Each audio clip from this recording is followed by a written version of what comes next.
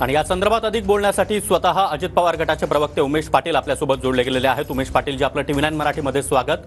तानाजी सावंतांचं हे वक्तव्य आणि थेट तुम्ही अजित पवारांनाच आवाहन केलंय की महायुतीमधून बाहेर पडा।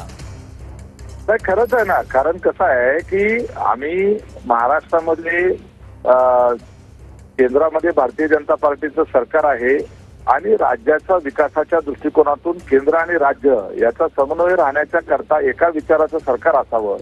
राज्यामध्ये जे लोकप्रतिनिधी निवडून येतात, आलेल्या निवडणुकीत निवडून आल्यानंतर त्यांना आपापल्या मतदारसंघामध्ये जी विकास कामं करायची असतात त्या दृष्टिकोनातून केंद्राच्या सत्तेचं सहकार्य असणं अत्यंत आवश्यक आहे। आणि महाराष्ट्राच्या एकत्रित विकासाच्या करता केंद्र सरकार आणि राज्य सरकार हे एका विचाराचं असल्यानंतर मूलभूत अशा पद्धतीचा विकास करण्याच्या करता त्या दृष्टिकोनातूनचा विचार करून अजितदादांनी महायुतीच्या सोबत म्हणजे भारतीय जनता पार्टीच्या सोबत सरकारमध्ये सहभागी होण्याचा निर्णय घेतला आणि जवळपास 42-43 आमदारांनी अजितदादांना समर्थन देऊन त्यामध्ये सहभागी होण्याचा निर्णय घेतला।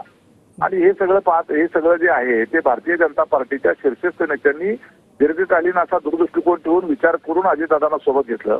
आणि त्या भारतीय जनता पार्टीने आज कमी आमदार असताना सुद्धा एकनाथ शिंदे साहेबांना मुख्यमंत्री केलं। एकनाथ शिंदे साहेबांना मुख्यमंत्री केल्यामुळे तानाजी सावंत आज त्या ठिकाणी मंत्री होऊ शकले।